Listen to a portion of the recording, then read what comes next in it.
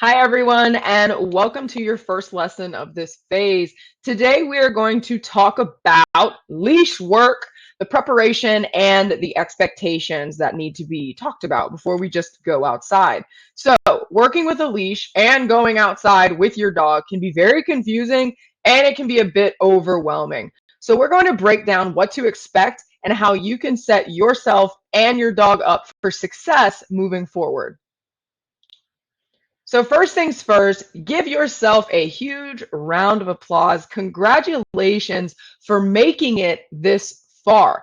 You have learned so much up until this point. You've stuck with it. You have taught your dog a ton of useful behaviors, such as eye contact, touch, leave it, wait, drop it, place, recall, get out, stay, sit, down, among other behaviors that I probably didn't even list on this slide. Now, you're probably wondering, why am I even bringing this up if we're supposed to be talking about leash work?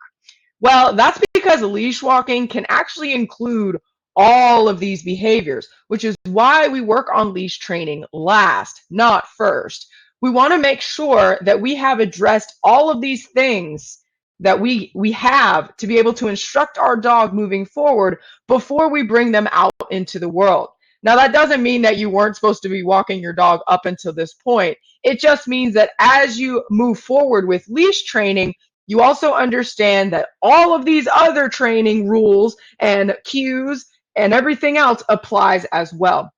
So something we want you to start thinking about is you'll want to identify your weakest links, so the cues that need the most attention, and you're going to want to start working on them a little bit more before you try to incorporate them into your walk.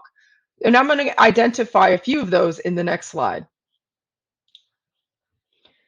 So, leash walking is the ultimate test of generalization for your dog's other skills. So, remembering what generalization means, we mean that your dog is capable of listening to a particular cue no matter what the scenario is. So, if you originally taught your dog how to leave it in a kitchen, then your dog should be able to leave it in the backyard or the driveway or anywhere else. And I am just using leave it as one example. We can also think about other behaviors. So some things to start asking yourself so you can start identifying where your weak links are and the areas that are going to need a little bit more special attention before you try bringing it into the walking. The first one could be asking yourself, how is your dog's eye contact in the backyard? Many times we just focus inside. So it is time to start thinking about, does your dog even give you eye contact outdoors? And one of which the areas you could be practicing is your backyard or even a driveway space. Another question you could be asking yourself is, will your dog leave it for a random sidewalk object? Now, we are aware that there are various things that could possibly be in the sidewalk, but at this point, you should have a leave it that is functional enough to leave the vast majority of things alone. If you don't, then it is time to start practicing your leave it on sidewalks. Can your dog wait calmly at the front door, even if you're holding their leash? Generalization also applies to different levels of distraction and different excitement levels. Many times dogs see their leash and they abandon all manners because they get really excited. So can your dog still listen to you even if they are getting really excited by whatever you are doing? Another thing to ask yourself is, can your dog stay while you attempt to pick up their poop? You may or may not utilize this skill, but it is a good thing to consider before going out there in the world, because if your dog's stay is not so hot indoors, then you can bet that stay is probably not a behavior that's going to work very well if you're outside in an extremely distracting environment. And there are plenty of things that you could be asking yourself and identifying where your weak links are. We don't want to scare you, but we do want you to consider revisiting a few lessons if you know that there are behaviors that need special attention. And at this point, you're probably like, okay, but leash walking. So, most people struggle with leash walking, not because of the actual walk, but due to a lack of focus and impulse control. So if your dog is a tornado on a leash, or they stop every 5 seconds to sniff or pee, then walking isn't the problem. It's focus. It's they don't know how to leave it. They haven't necessarily practiced using some of these skills that you have been developing indoors. So these are signs that you need to spend careful attention perfecting these other skills so you can spend more time actually focusing on just walking. You'll want to spend time truly identifying these problem areas so you know how to set you and your dog up for success moving forward. And the truth is, leash walking is messy, and we don't expect your dog to be perfect at every skill before going out on a walk. But identifying the problem areas ahead of time allows you to create smaller, attainable goals along the way. And we really want you to remember, it's a marathon, not a sprint. So, what is the goal to walking with Smart Bitch? The goal is to develop loose leash walking skills that is both enjoyable for the parent and the dog. So, this phase is about teaching your dog how to go on an acceptable, leisurely walk. So, that means that it's okay if your dog ends up a little ahead of you sometimes, as long as they aren't pulling.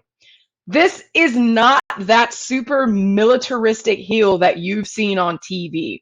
That particular walking training takes a super long time to develop and is not the most enjoyable walk for the dog. The average dog owner doesn't actually want to spend that time on that particular skill, so we are just looking to give you a walk that makes your dog a great companion as you just go about your day. So there are a few things that we need to prepare before we go out on the walk. So let's go ahead and hit this list. The first one is equipment and supplies. Now, we suggest that you head out into the world when you are thinking about walking your dog with a 6-foot leash, somewhere between 6 to 8 feet. 6 feet is typically the sweet spot. We do not recommend ever using a flexi leash or a retractable leash because it is inconsistent and is constantly changing lengths. It also consistently causes pressure on the dog, which may accidentally teach your dog to pull because they think pulling means go. On the other side with the leashes, we also like or we have a preference of using leashes with double handles, so one at the top and one near the bottom.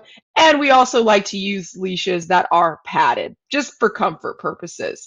The next thing you're going to want to decide in terms of equipment for walking is if you want to walk your dog on a flat collar, on a harness, or on a gentle leader. All of this is truly a matter of preference and safety, and I will talk more about equipment in a later slide. You will also need to bring a variety of high-value reinforcement. I cannot stress this enough. Walks are difficult, and you need a paycheck that is worth it to keep your dog's attention and to make sure that they are learning what you want them to learn. So you need to do the work on the treats. You're going up against the world. This means that you need to go ahead and research again what is high value to your dog. And damn it, don't you forget that treat pouch on your next walk. It is the new rule. Anytime you're going outside with your dog on leash, you need to be bringing that treat pouch with you. Also remember to bring along poop bags or a clicker if you are using that. Poop bags because we are respectable citizens in the world. We don't want to leave poop everywhere. And again, just hitting on that treat pouch point, I can't stress it enough. Please don't forget your treat pouch. In terms of acceptable equipment and supplies, you can find all of our equipment suggestions in our Amazon storefronts.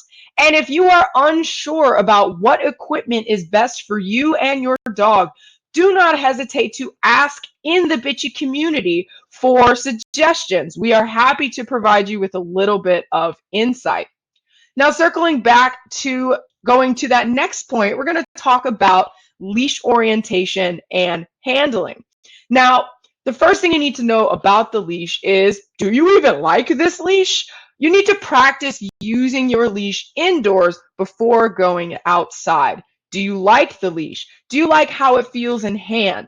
Is it too short or is it too long? These are things that you may not know until you actually clip your dog to it and practice actually holding it and training them with it on. And now talking a bit about the orientation or the training that's going to be involved. You're going to want to consider what side do you want your dog on when you begin the walk.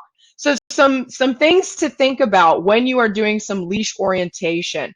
What Taylor and I like to do is we like to keep our dominant hand free. Why? Because if you ever need to grab the dog or you ever need to grab the leash, you're going to want to have the dominant side have more control. So typically, we like to train our dogs on the right side. That is because we are right-handed. So that means that if I want my dog on the right side, I'm going to want my leash in the left side, in my left hand. And typically, we just drape the leash on our wrist and then just kind of hang on to it. So it is mostly just kind of attached to the left area, but we're not using it to pull the dog at all. That is merely just where we like to hold it. The right hand or the dominant hand we like to leave loose, and this gives us the ability to reward the dog on the right side, which means that the treat pouch will be near that side and the dog will be walking on the right side. And it is the opposite if you are left hand dominant. If you would prefer your dog to walk on the left side, or if it is easier for you to deliver treats on the left, then you will be draping the leash on the right hand and keeping your left hand free with your dog walking on the left side and treat delivery happening on the left side. Again, your treat pouch should be behind your back, but you're going to want to tilt it or have it a little bit closer to your dominant hand. That way it is easy for you to reach for those treats and quickly deliver. And again, why are we doing this? Why are we very specific about this? We want to keep that dominant hand free, which will allow us to grab the leash or the dog if necessary. Now, one thing we do not recommend the leash and the dog be on the same side, meaning that your dog is walking on the same side and you have the leash hand on the same side. The reason being is that this provides way too much leverage against you, and if you have a large dog, you run the risk of potentially hurting yourself. If they pull really hard, you're just going to go right along with them. So you're going to want to practice with those leash cross body, depending on what hand is dominant. And moving on to the next part, let's talk about the location. Where are we going to walk the dog?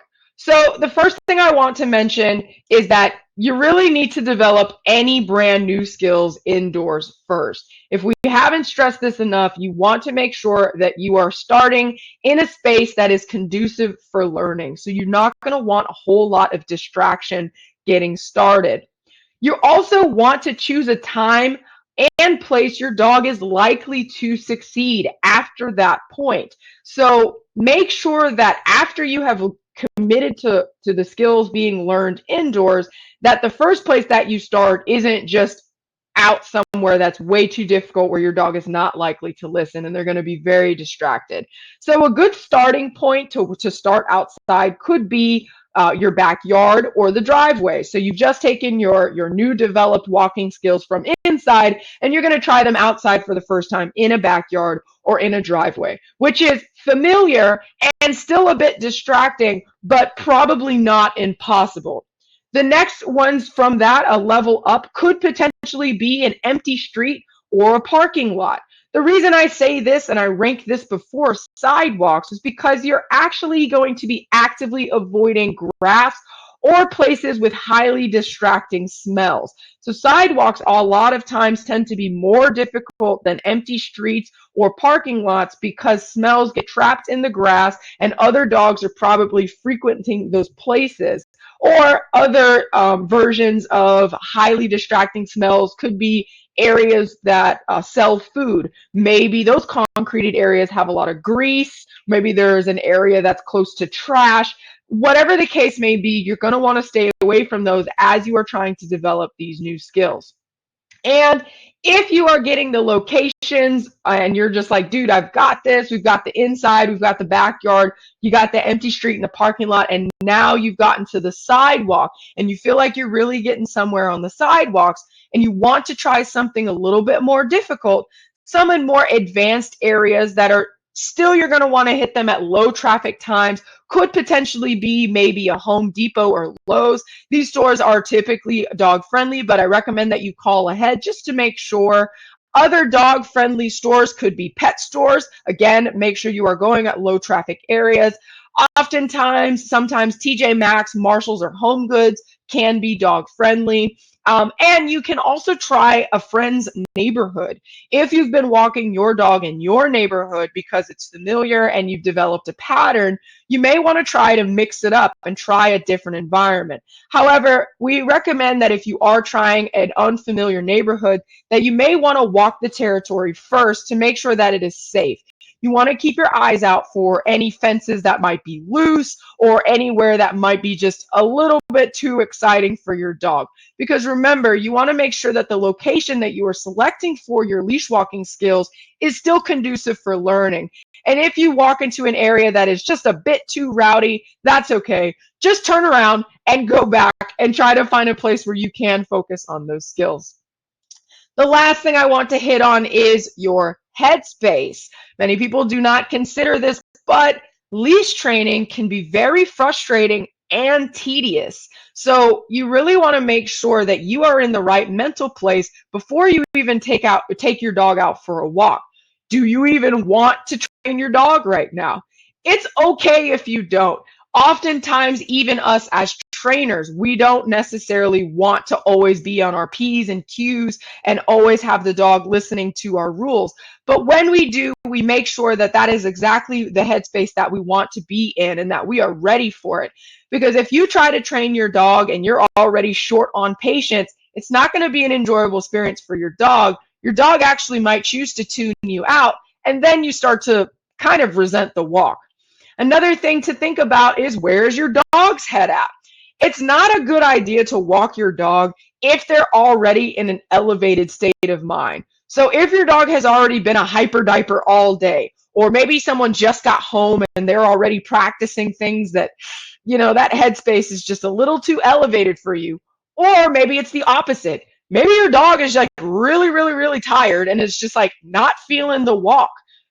Then don't walk them. You want to make sure that your dog is in a good, optimal headspace before you take them out. So it's not just about you, but it is also about where your dog's head is at before heading outside. And what is the shelf life of y'all's mental state? So many people think that when they take their dog out for a walk or they start leash training, that they need to set aside an impossible amount of time. And the thing is that you're going to be focusing on a lot of goals and really paying attention to your environment. And this can be pretty taxing. It can be pretty exhausting. So you're going to want to think about how long you actually want to be training your dog outside. Do you want to just practice for 5 minutes? Do you feel like you can make it up to 15? You really want to experiment with this and think about, when is the time when your dog starts to taper off? Maybe 30 minutes into the walk, your dog starts to get really zigzaggy and tired, and all the training seems to go right out the window. Then you know that you probably should only be walking your dog maybe 20 to 25 minutes instead. And for you as well, maybe you just get tired of walking when you hit the 30-minute mark. Whatever the case may be, make sure that you give it an honest think and you really think about how you want the walk to proceed and if it is something that you want to keep trying to push through, because it should be an enjoyable experience, not something that you feel like you're forcing yourself and your dog to do. And before heading out on a walk, another thing that you're going to want to think is you're going to want to set a small, reasonable goal. Leash training is hard enough, so be sure to set one small goal before heading out on a walk. So what do I mean by that? Maybe you want to make an effort to practice marking more offered eye contact so that you practice reinforcing the times that your dog is actually looking back at you instead of getting distracted on the walk. Maybe you want to make an effort practicing using touch to convince your dog to keep moving so that you're not pulling on them when you're not supposed to. Maybe you want to make an active effort of practicing using leave it for those dogs who like to mark every little thing along the way. So for the dogs who are peeing on every tree and every mailbox and every bush, that is also an opportunity for you to practice leave it. But this can also work for the dogs who get hyper fixated on sniffing as well. Maybe you're using touch or maybe you're using leave it. Either way, you are setting a small goal as a focal point for your walk. And another thing that you may want to think about setting a goal for is practice sitting before crossing the street. Again, a very small, reasonable, attainable goal. And every time that you focus on one of these, you are making your walk a more advanced and something that is more likely for your dog to fall back on in the future. And the truth about leash training, consistency is key. The more repetitive and predictable your actions and rules for walking are, the more likely your dog is to get the hang of it. So stick to your guns and practice. Also, make sure that other walkers or other people who are walking your dog are following the same rules. Don't rush off into the deep end. And if you have multiple dogs, you need to make sure that you practice them separate first. Your dogs need to be consistently apart and practicing their own individual skills before you start trying to work with them together, because they are going to distract each other and your walk will probably end up being pretty messy. The next part is patience. This process will be messy. It will not be perfect, but practice makes progress. And just so you know, if patience is not you and your dog's virtue, that's okay. We have some handy cheat tactics coming up. The very last thing for you to understand about leash training is that it will require some maintenance. All dog training skills, especially leash skills, must be maintained. So don't abandon that treat pouch because there is always something you could be reinforcing.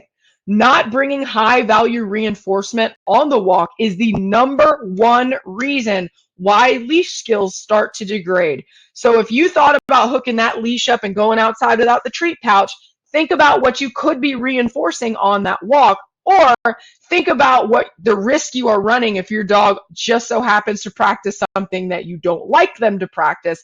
Then they might end up repeating that in the future. So make sure that you are making an active effort to maintain the skills so that they become manners, not just cues. And that's right, I did just mention a little bit of cheating. So this is the equipment cheat sheet. So equipment, multiple leash attachment points, okay? This is giving you the opportunity to switch up where you attach the leash and what rules apply where. So first, you'll want to make sure all of the equipment you're using works well for you and the dog. If you suspect that the equipment that you are using kind of sucks, don't hesitate to try something new. But remember, new equipment also means new conditioning. Do not expect to just slap any equipment on your dog and just think that they're going to be cool with it. So if you are potentially using a collar and a harness, or maybe you would want to try out a gentle leader or a face harness, just be mindful that anything new needs to be pre-exposed to the dog and may even need to be conditioned. So gentle leader would need to be conditioned because that would be on their face. But once you have options, once you have decided what you want to use, you can decide what rules apply when. So this could be a collar versus harness versus gentle leader situation. Dogs learn by association and will recognize what is and is not acceptable depending on where they feel leash pressure, so long as you are consistent. So what do I mean by that? Let's say that when you're taking your dog out for a walk and you want to follow rules and you want to make sure that you are working on a structured walk, maybe you attach their leash to the collar. Or maybe you attach the leash to a front clip on the harness. Whatever the case may be, wherever you attach this point on the leash means to the dog, all right, we're listening to rules. But maybe you just don't feel like it. Maybe you want to give them a little free time. Maybe you don't really want to ride their butt about all the rules. Maybe you're just taking your dog out for a quick potty. Having multiple attachment points or different types of equipment allows you the opportunity to connect that leash elsewhere and give you a little bit of a cheat. So for instance, if I'm walking my own dog, I might clip for rules to a harness, or to a gentle leader, and that means rules. But if I'm just letting them out to go potty, I may clip them to the back part of the harness, and then that means that they can just go potty, and I don't really care that much about if they're pulling or if they're breaking rules, so to speak. So that can be a little bit of a cheat for you, and it does give you a bit of a break because, like we said earlier, leash training is about consistency. But we don't expect you to want to be that consistent every time you walk out the front door or the back door. So giving yourself options is going to help you tremendously by maintaining your rules where you have them, but also giving yourself some leeway. The next thing to talk about is labels are your friend. If you and your dog are likely to encounter people along the walk, using signage to tell them to back off during training is a really good idea. So some things to think about, things that you could use to communicate to other people could be bandanas or harness patches. Your dog could be wearing a vest. There are even leashes out there that will communicate a message. And these messages can say anything along the lines of in training or do not pet, do not approach. Maybe your dog is nervous and doesn't like being stared at. There's also things labels this way.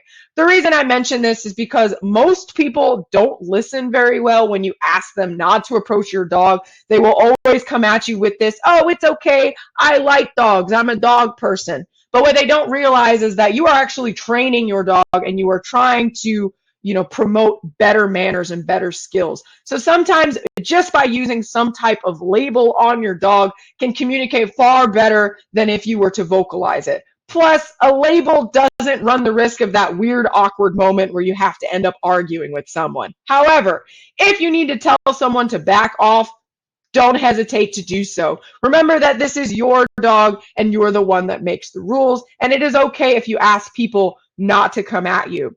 Other things, other types of labels you could also consider is also wearing your own apparel that tells people to go away. So there are t-shirts out there that could say, I'm training, in training, don't pet my dog. You can find a lot of this types of apparel if you visit Wolf Culture. There's also in the bonus content, I believe it is in 3.5, you can find more information about apparel that you could wear to get people to back off.